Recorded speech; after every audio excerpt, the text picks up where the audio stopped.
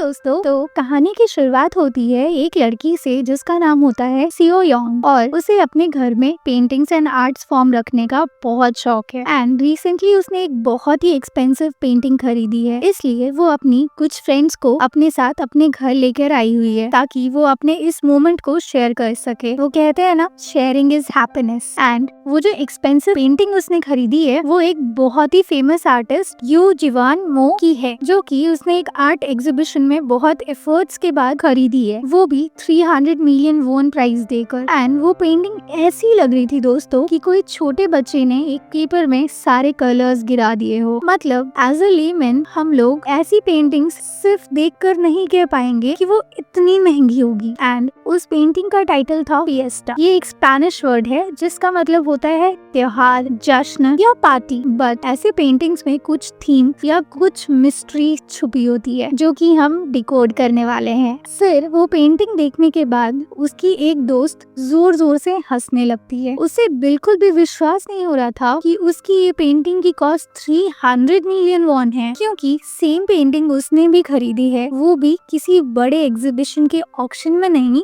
बल्कि एक ली मार्केट में, वो भी एकदम सस्ते रेट में। एंड इस पेंटिंग का टाइटल था अम्यूजमेंट पार्क। अब ऐसा लग रहा था मानो सियो योंग के साथ चीटिंग हुई हो, बट वो हार नहीं मानती। उन दोनों में लड़ाई शुरू हो जाती है कि आखिर किसकी पेंटिंग ऑथेंटिक है और किसकी डुप्लीकेट, क्योंकि ऑक्शन में हमेशा फर्स्ट कॉपी ही मिलती है। बट उसकी फ्रेंड ने वो पेंटिंग 6 महीने पहले ही खरीद ली थी। अब इस matter of doubt and dilemma को एक ही जगह क्लियरेंस मिल सकती है और वो है कोर्ट। अब सीन शिफ्ट होती है जहाँ सिया खू को पता चल चुका है योना प्रेग्नेंट है, यानी वो वॉन जून के बच्चे की माँ बनने वाली है। ये मोमेंट उनके लिए थोड़ा हार्ट ब्रेकिंग लगता है, क्योंकि जब वो लोग एक दूसरे के साथ थे तो योना कभी माँ नहीं बनना चाहती थी, बट अब वो बदल चुकी है और वो कहीं ना कहीं सिया खू को ही ब्लेम कर रही है कि उसने कभी उसकी साइड ही नहीं ली। फिर नेक्स्ट सीन में हम ली एंड सियो लॉ फर्म में देखते हैं कि जहाँ पर सियो योंग ने उस फेमस आर्टिस्ट जीवान मो पर केस फाइल कर दिया है कि उसकी एक कॉपीराइट पेंटिंग को ऑक्शन में 300 मिलियन वॉन में बेचा गया है और उसके साथ फ्रॉड किया गया है। यानी कि यदि जीवान मो को अपने आप को इनोसेंट प्रूव करना है तो ये साबित करना होगा कि उनकी ही ओरिजिनल पेंटिंग है ये। एंड जीवान मो फुल प्रिपेयर्ड है अपनी इनोसेंस प्रूव करने के लिए। उसके बाद यो मीन की बहन योजू अपनी सिस्टर को एक पेंटिंग से जुड़ी केस की फाइल भेजती है और उसे देखने को कहती है। कंप्लेंट फाइल हो चुकी है, लेकिन लगता है सामने वाली पार्टी ने 30 दिन के अंदर जवाब नहीं दिया है और ना ही कोर्ट ने जजमेंट के दिन हाजिर हुई। इसका मतलब है कि प्लेंटिफ अपने आप ये केस जीत जाएगा। अपनी बहन योजू का एक एहसान रखते हुए यो मीन कोर्ट जाने और डिफॉल्ट जजमेंट हियरिंग को कैंसिल करने की रिक्वेस्ट सबमिट करने के लिए तैयार हो जाती है। लेकिन एक दिक्कत है, यो मीन ये केस प्रो बोनो लेना चाहती है। दोस्तों, प्रो बोनो मतलब ऐसा केस जो बिल्कुल फ्री में लिया जाए, और ये बात यूलिम के पैसे कमाने वाले लोगों को बिल्कुल पसंद नहीं आती। एंड प्रो बोनो के केस में यो मीन का मेंटर जुंग जी उंग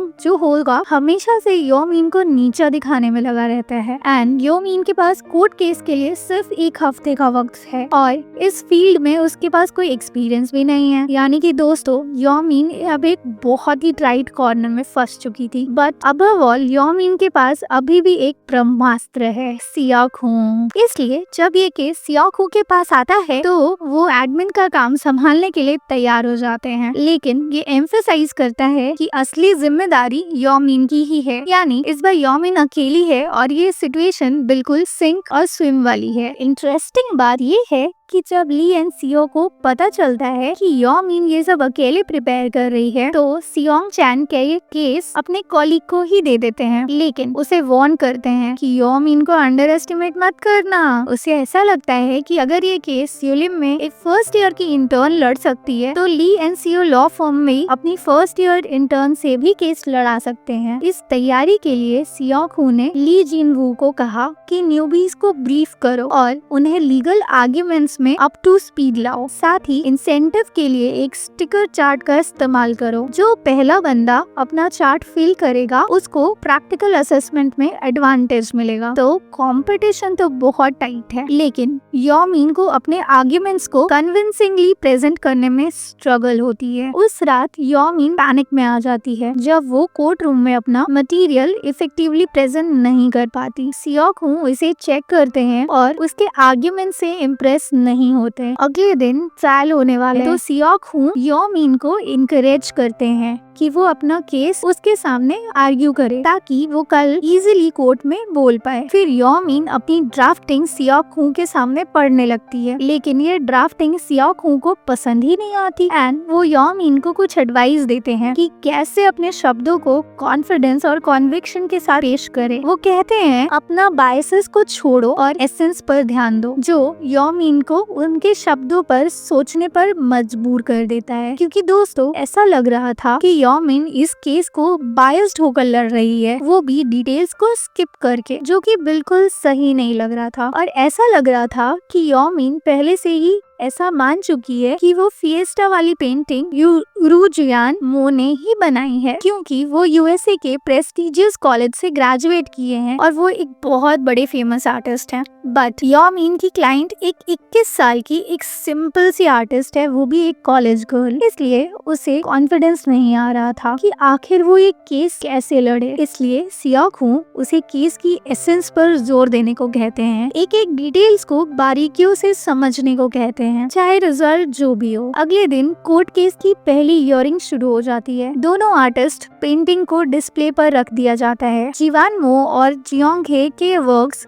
अब काफी ज्यादा सिमिलर लगते हैं। फिएस्टा और अम्यूजमेंट पार्क एक दूसरे के ऑलमोस्ट स्पिटिंग इमेजेस हैं, लेकिन केस का मेन पॉइंट ये है कि क्या एक काम दूसरे का डेरिवेटिव वर्क है या नहीं। अब यहाँ योमिन काफी scrutiny and double cross question करती है और जब जीवान मो विटनेस स्टैंड पर आते हैं वो कॉन्फिडेंटली फिएस्टा के बारे में बताते हैं, उसके इन्फ्लुएंसेस और ड्रिप और मेटायर टेक्निक्स जो इस पेंटिंग को बनाने के लिए यूज की गई है उसके बारे में डीपली एक्सप्लेन करते हैं। मतलब उनके आंसर से सच में ऐसा लग रहा था कि पेंटिंग के ओरिजिनल क्रिएटर यही है। मतलब वो इतने डिटेल एंड टेक्निकल वर्ड्स का यूज कर रहे हैं कि कोर्ट में सारे लोग बिल्कुल कन्विंस्ड हो चुके थे, बट वो थे तो बहुत ही एरोगेंट। इसके बाद योमिन अपनी नेक्स्ट क्लाइंट के पास जाती है, जियोंगे के पास, और उनसे सवाल करती है तो जीवान वो बीच में ही इंटरप्ट करते हैं और वो उसे चोर और फ्रॉड और गालियां देने लगते हैं। बेचारी जियोंगे बस इतना ही कहती है कि मैंने ही ये ड्रॉ किया है, और यहाँ योमिन ऑलमोस्ट एक मिस्टेक कर देती है जब वो कुछ मिसलीडिंग क्वेश्चंस पूछती हैं। आखिरकार जियोंगे प्रेशर में पैनिक हो जाती है और अपनी माँ को बुलाती है स्पॉटलाइट के नीचे स्ट्रगल करते हुए। मतलब दोस्तों जियोंगे के पास ऐसा कोई भी जस्टिफाइड आंसर नहीं था जिससे वो ये साबित कर पाए कि वो ये पेंटिंग किस टेक्निक से बनाई है, एंड यहाँ योमिन कम्प्लीटली अपने बैकफुट पर आ जाती है। फिर एक शॉर्ट रिसर्च के दौरान हमें पता चलता है कि जियोंगे एक्चुअली एक इंटेलेक्चुअल डिसेबिलिटी के साथ है। हालांकि वो 21 साल की है, लेकिन उसका कॉग्निटिव लेवल एक 13 साल के बच्चे जैसा है। उसकी माँ ने कभी उसे डिसेबल्ड रजिस्टर ही नहीं करवाया ताकि जियोंगे नॉर्मल लाइफ जी सके। लेकिन अगर ये कोर्ट केस आगे चलता रहा तो ये बात एक्सपोज हो जाएगी। इसी वजह से दोनों चाहते थे कि केस यहीं रुक जाए। नेचुरली योमिन को उसकी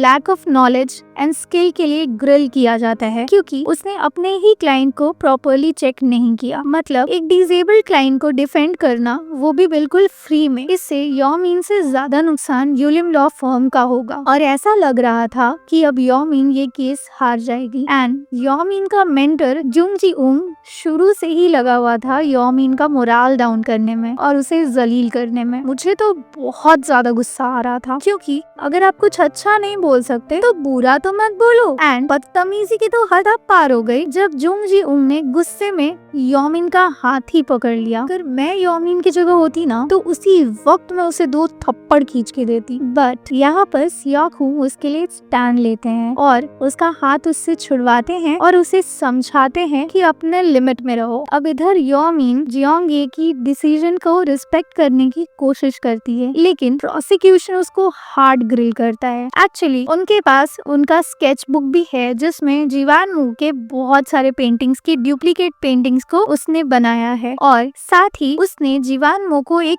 एग्जीबिशन पर भी गई थी अम्यूजमेंट पार्क पेंटिंग बनाने से पहले। यानी कि दोस्तों अब सारे डॉट्स को अगर कनेक्ट करें तो ये 100% कंफर्म था कि जियोंग ये ने ही जीवान मू की पेंटिंग को चोरी किया है और अब कॉपीराइट मटेरियल फाउंड होने के बाद उसे एक बड़ी फाइन भरनी पड़ सकती है और साथ ही साथ उसे जेल भी हो सकती है। फिर योमिन सियाकू के शब्दों पर सोचती है और एक शॉर्ट रिसेस की रिक्वेस्ट करती है ताकि वो खुद को संभाल सके। योमिन जियोंग ये से बात करती है और अपने बायसेस को छोड़ देती है जैसा सियाकू ने उसे कहा था। कोर्ट रूम में वो पूछती है कि क्या पेंटिंग के अंदर कोई छुपी हुई तस्वीर है और जीवान मू कॉन्फिडेंटली डिक्लेयर करते हैं नहीं, लेकिन जियोंग यू का जवाब अलग है। अपैरेंटली उसकी पेंटिंग के अंदर उसके फादर का चेहरा छुपा हुआ है। जियोंग ये के पास एक फोटो भी है जो वो कोर्ट रूम में दिखाती है उसने तस्वीर में छुपाई थी, लेकिन अगर आप डार्क रूम में लाइट शाइन करो तो वो क्लियरली दिख जाती है। कोर्ट रूम की लाइट्स ऑफ की जाती है और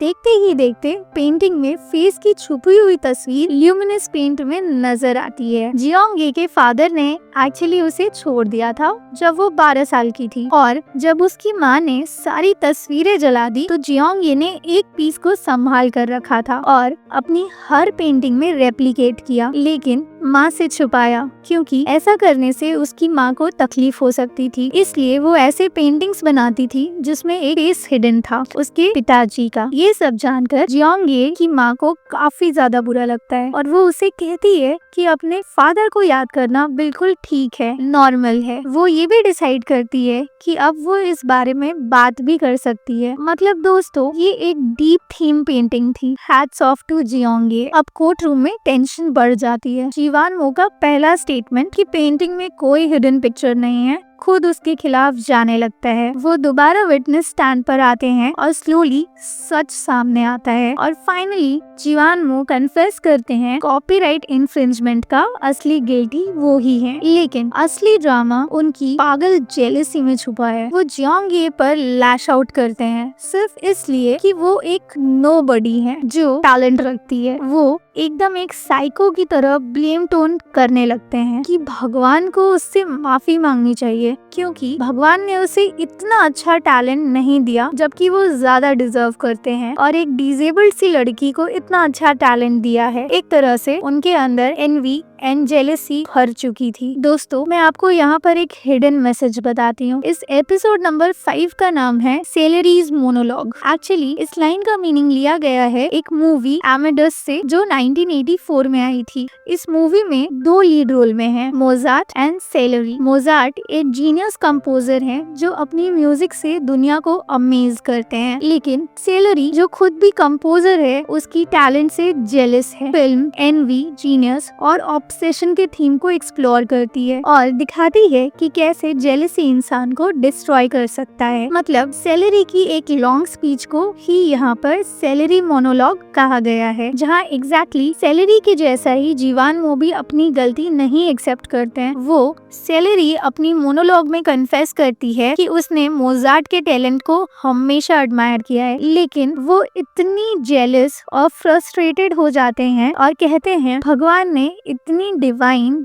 जीनियस एक ऐसे इंसान को दे दी जो केयर फ्री और रेकलेस है और इस वजह से उनका खुद का टैलेंट और स्ट्रगल यूजलेस लगता है। सेलेरी फील करती है कि उसकी जिंदगी मेडियोक्रिटी में वेस्ट हो गई और मोजार्ट की ब्रिलियंस उसको हमेशा टॉर्चरिंग लगती है। एंड सेम चीज यहाँ जीवान मू को भी लगती है कि ईश्वर ने उसे छोड़कर ऐसा टैलेंट एक डिसेबल्ड लड़की को क्यों दिया। दोस्तों एक चीज जो मैंने इस मूवी से सीखी है कि दूसरों से जेलस होने की बजाय अपनी मेहनत और लिमिट्स को एक्सेप्ट करना चाहिए और रिजेंटमेंट को छोड़ देना चाहिए। बट बट आज के डेट में ऐसा कर पाना बहुत ही मुश्किल है। हम हर चीजों में आज कंपैरिजन करते हैं और शायद हमारे दुखी रहने की यही एक मेन वजह है। तो दोस्तों, एक छोटी एडवाइस है कि कंपैरिजन अगर खुद से होना तो ज्यादा बेहतर है। मतलब आप 2 साल पहले कहाँ थे और आज कहाँ हैं, सेल्फ रिफ्लेक्शन एंड एक्सेप्टेंस जरूरी होता है लाइफ में। Okay, let's come back to the story. Court case जीतने के बाद मूड तुरंत सबका चेंज हो जाता है, क्योंकि एक हारा हुआ केस योमिन जीत जाती है और सब लोग योमिन की तारीफ करते हैं। सियोक हूँ भी योमिन को मिस कैंग के बजाय उसके नाम को अटॉर्नी योमिन कहकर बुलाते हैं, जो एक छोटा सा लेकिन रिस्पेक्टफुल टच लगता है। अगले दिन यूलिम में एक बड़ा अनाउंसमेंट होता है। नेम्ड पार्टनर्स वहाँ पर अपीयर होते हैं और मिस्टर को रिटायर कर देते हैं। सबके सामने वो वॉन ना यॉन को अपनी नई जगह का